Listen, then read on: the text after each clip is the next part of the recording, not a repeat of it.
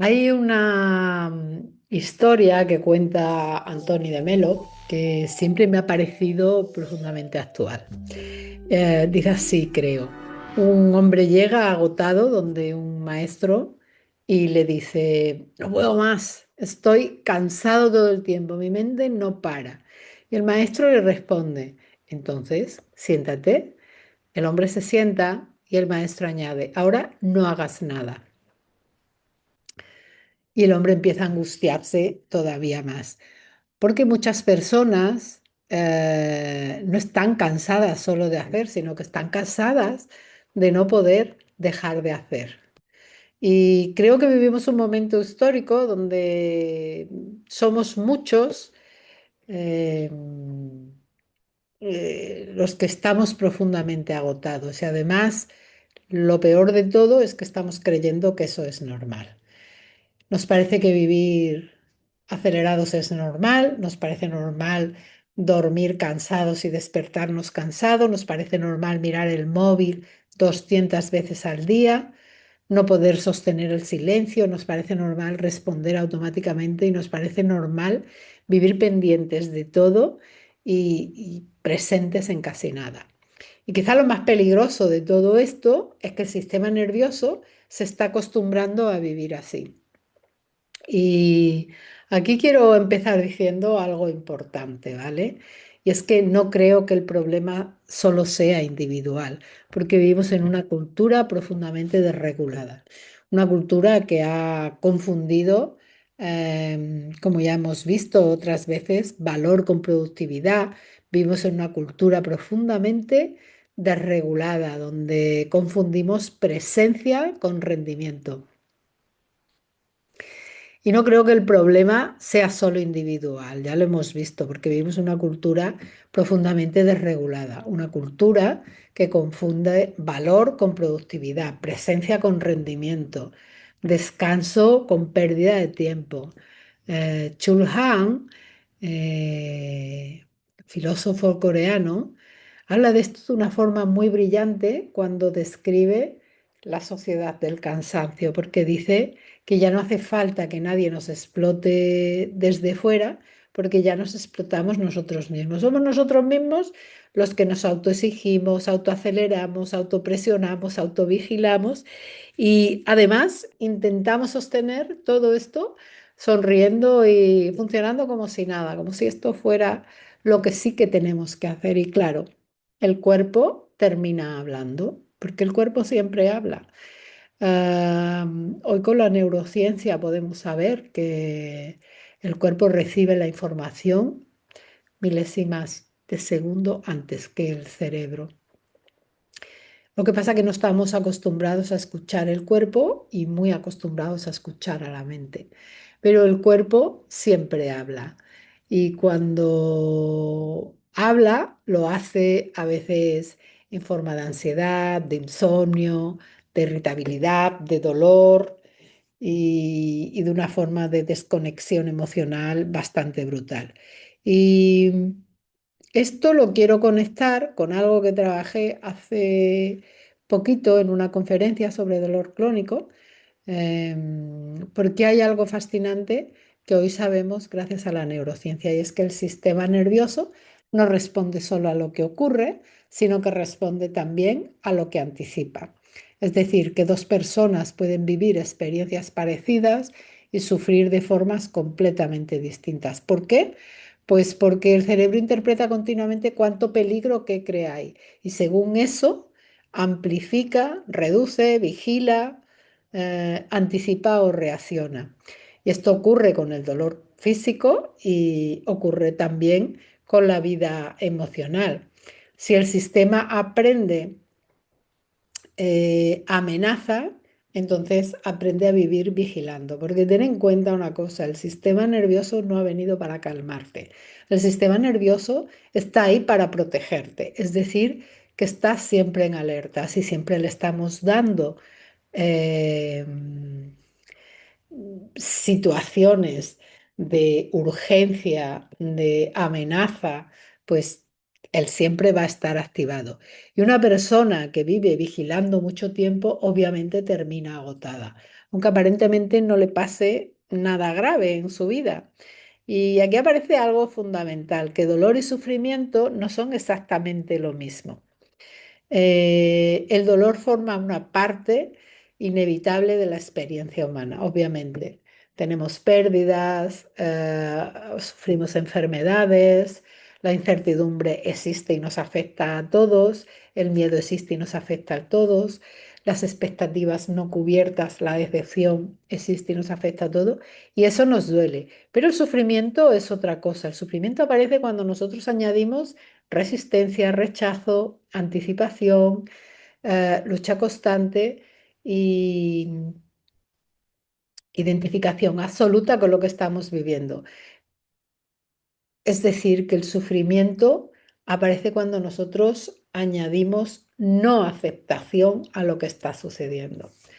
El budismo, que lleva siglos ya hablando de esto y hoy la neurociencia empieza a explicarlo con otro lenguaje, dice así como que no sufrimos solo por lo que ocurre, sino que sufrimos también por cómo nos relacionamos internamente con eso que está ocurriendo.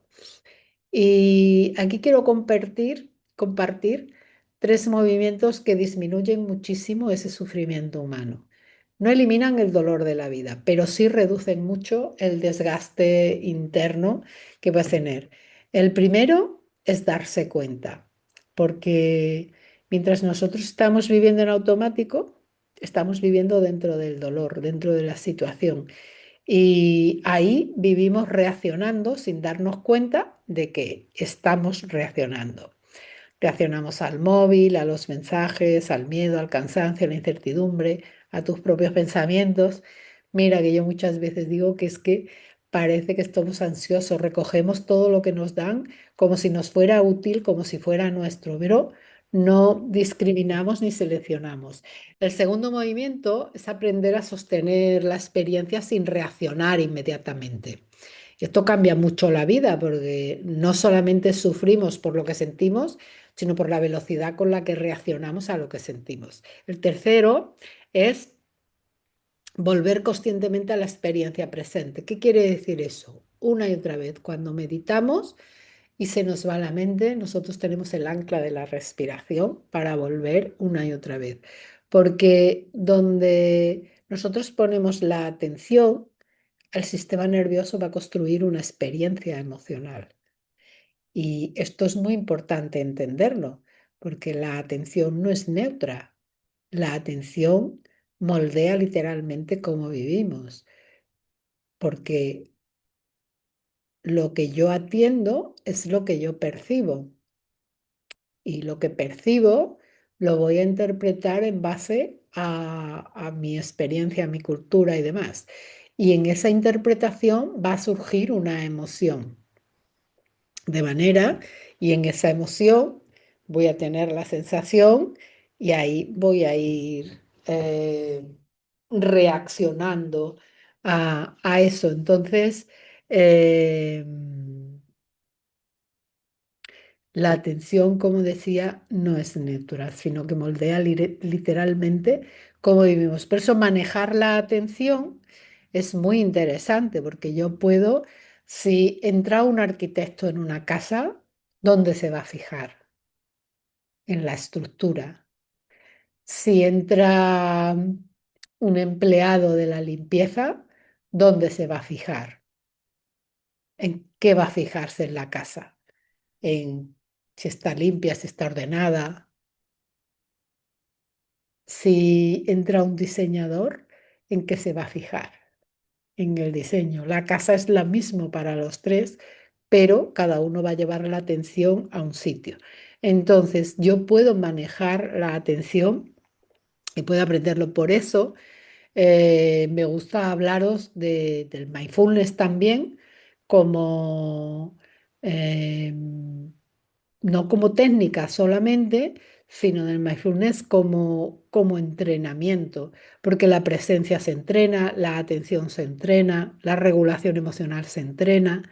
El sistema nervioso en ese entrenamiento aprende. Lo mismo que aprende a estar tenso, aprende a estar calmado. Pero para que aprenda a estar calmado, yo tengo que aprender cómo regular.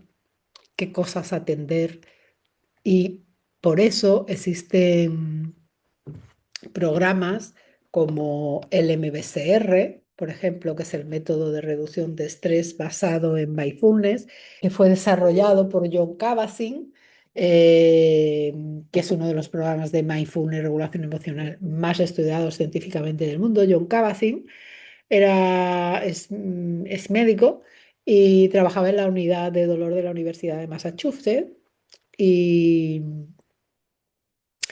él era meditador y practicaba la meditación, practicaba yoga y dijo, bueno, si a mí todo esto me sirve, ¿qué pasaría si esto lo empleamos con los pacientes de dolor crónico? Porque él lo que veía no era solamente que estuvieran sufriendo dolor, sino que estaban irascibles, estresados, apáticos, como si estuvieran deprimidos, porque es duro el dolor crónico.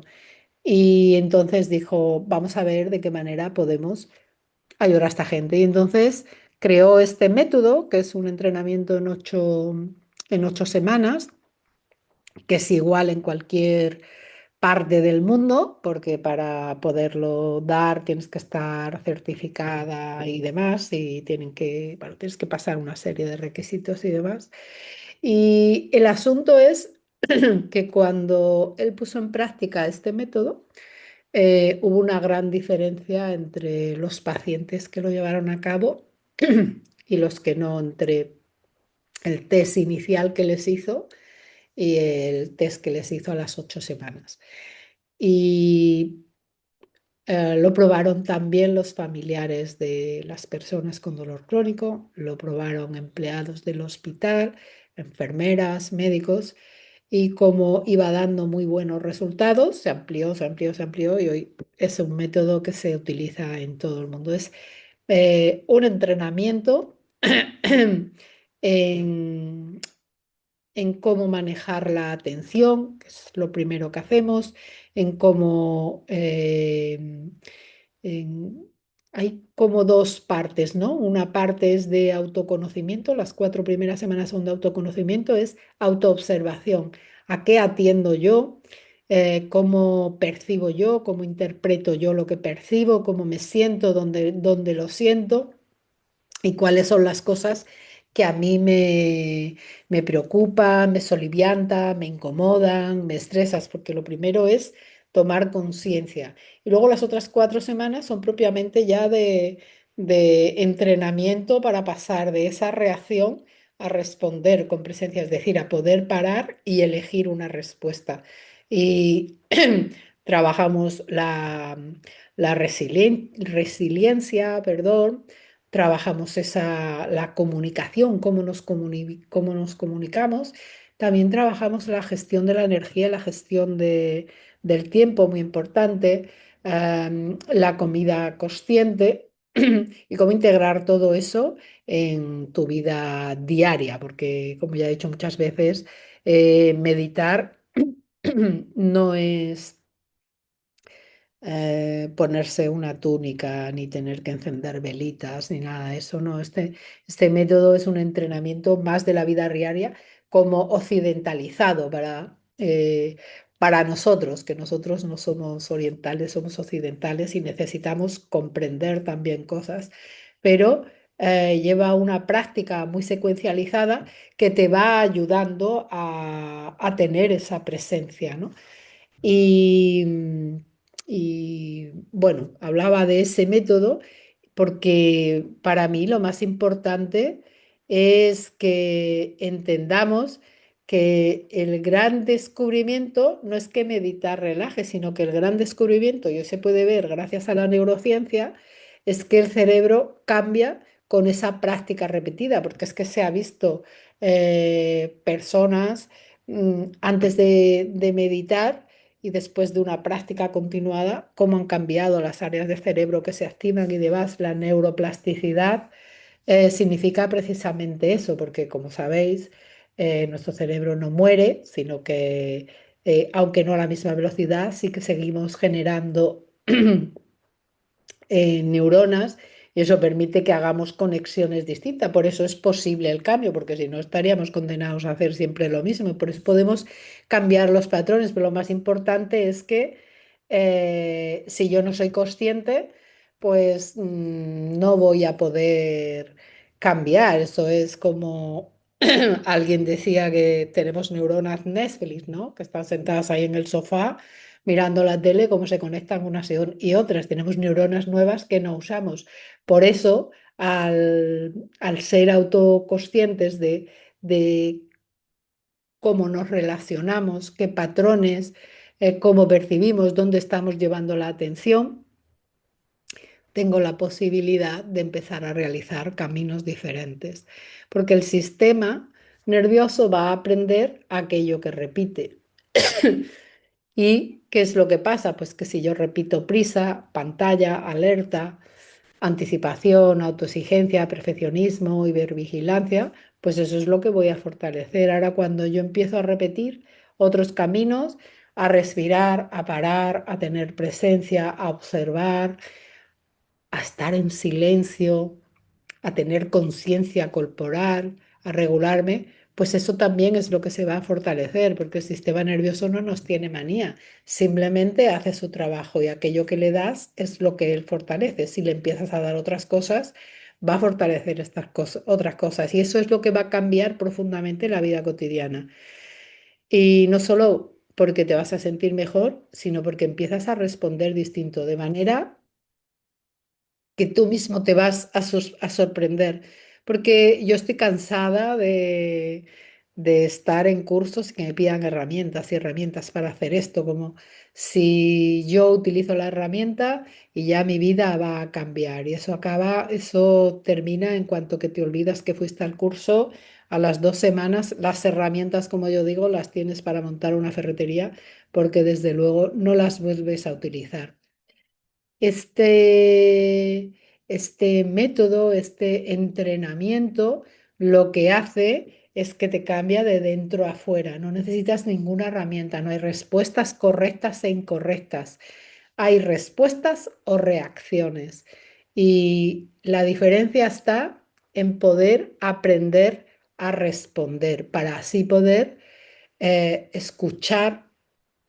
Ya no te digo distinto, simplemente escuchar, dejar de juzgar, aprender a descansar y relacionarte contigo y con los demás de una manera diferente. Porque quizá el problema más profundo de esta época que nos está tocando vivir es que muchísimas personas están físicamente presentes, pero mentalmente ausentes. Comemos pensando, escuchamos respondiendo mentalmente, miramos el móvil mientras alguien nos habla, nos acostamos agotados sin haber estado realmente presentes en casi ningún momento del día. Y claro, eso poco a poco hace que dejemos de habitar nuestra vida, ¿no? Y me gustaría hacer una pequeña experiencia, ¿no? Para entender un poquito esto que estamos hablando, pero sobre todo para poderla vivir. Si tienes a mano, coge una pasa y lo primero que quiero que hagas, algo muy importante, es que la comas como tú comes normalmente. Coge un puñadito de pasas y come. Y ahora te voy a proponer algo. ¿Has sentido el sabor de las primeras pasas? ¿Cuánto las habéis comido pensando en otra cosa? Si me gustan, si no me gustan, si podía haber dado otra cosa, sí. ¿Y cuántos habéis terminado casi sin daros cuenta de que os las habéis tragado?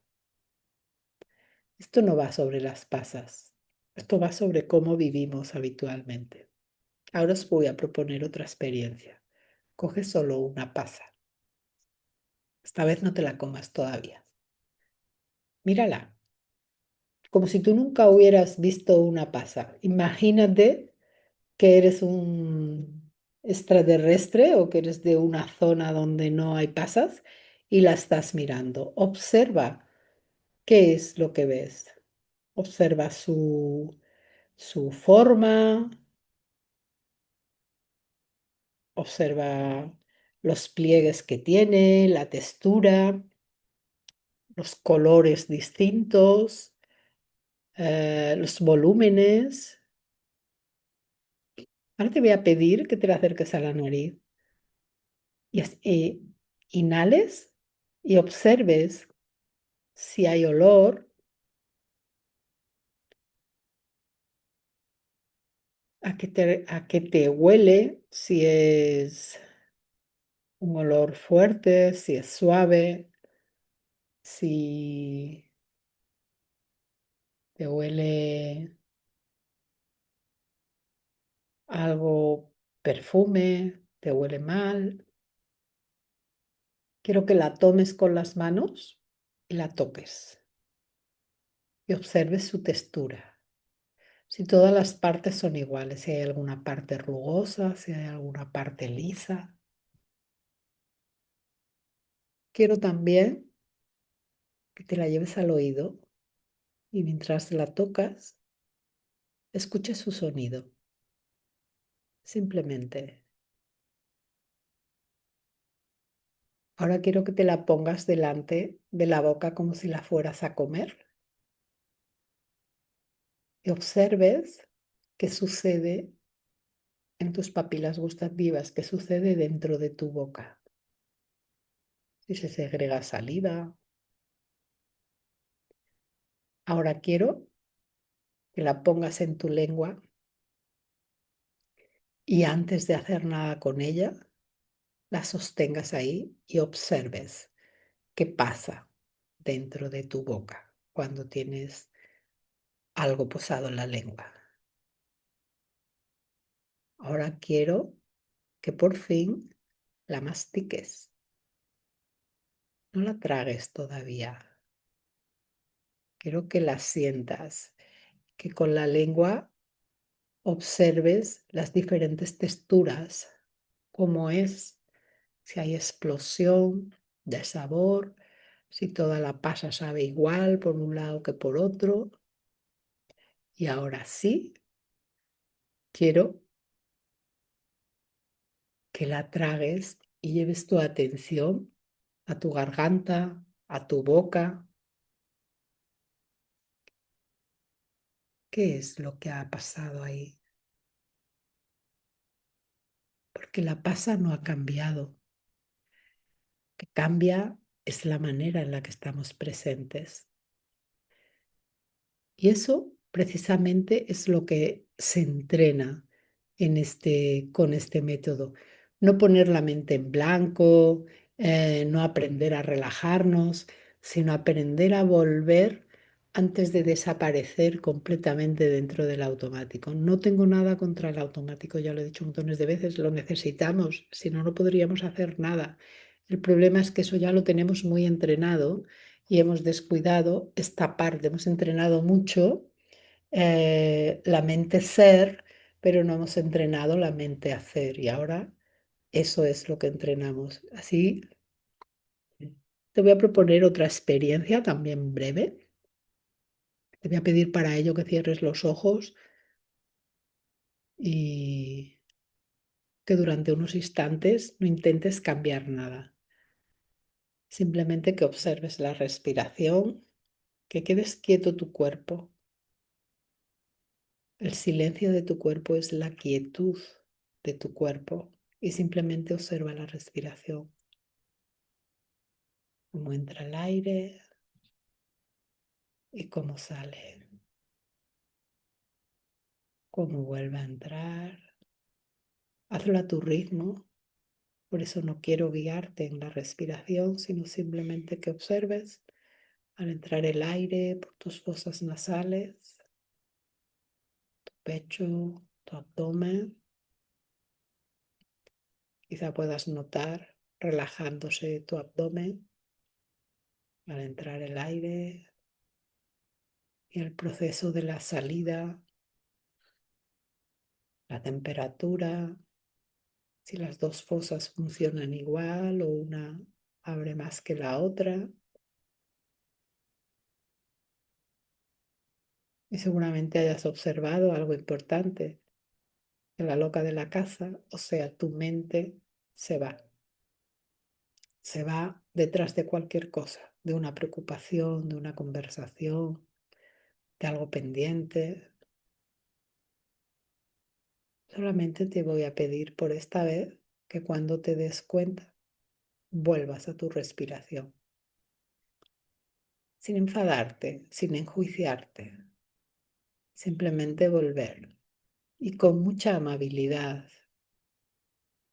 La mente no es mala, la mente hace lo que sabe y tú la estás entrenando a volver. Eso es. Toma una respiración profunda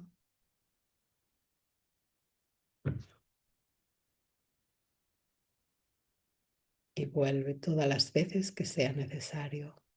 1000 veces te vas, 1000 veces vuelve. Más entrenas el músculo.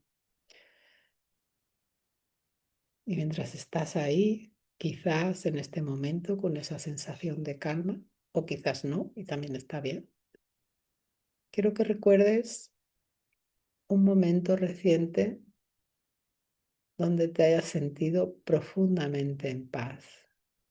Y no quiero que busques, deja que tu cerebro te muestre esa situación. En paz, no con euforia, no con algo extraordinario, sino en paz, calmada, serena, esa sensación de todo está bien. Algo simple, que puede ser quizá un paseo, un silencio, una conversación tranquila, un instante mirando el cielo, la luna, el amanecer, un atardecer en silencio, un mirar a los ojos a tu pareja, observar a tu hijo, esos momentos en los que has sentido amor sereno. Observa tu cuerpo, cómo se registra ahí, cómo descansa. Observa dónde aparece eso en tu cuerpo.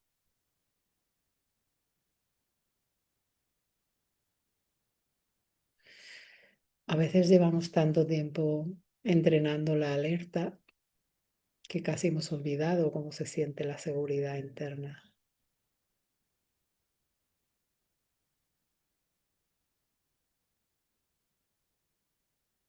Aquí va a aparecer algo importante y es que el descanso interno no significa ausencia de problemas, significa capacidad, significa capacidad de habitar la experiencia sin vivir permanentemente secuestrados por ella.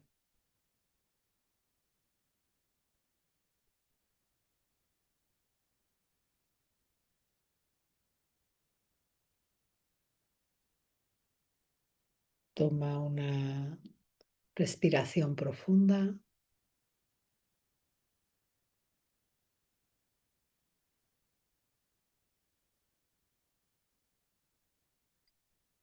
y poco a poco, mientras sales de este estado, mientras vas abriendo tus ojos y moviendo el cuerpo, puedes agradecerte.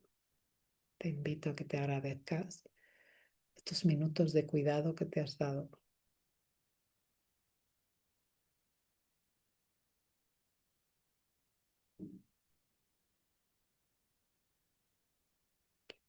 Pero quiero que continúes atento porque esta manera de habitar la experiencia sin vivir permanentemente secuestrados por ella es lo que cambia realmente nuestro metro cuadrado.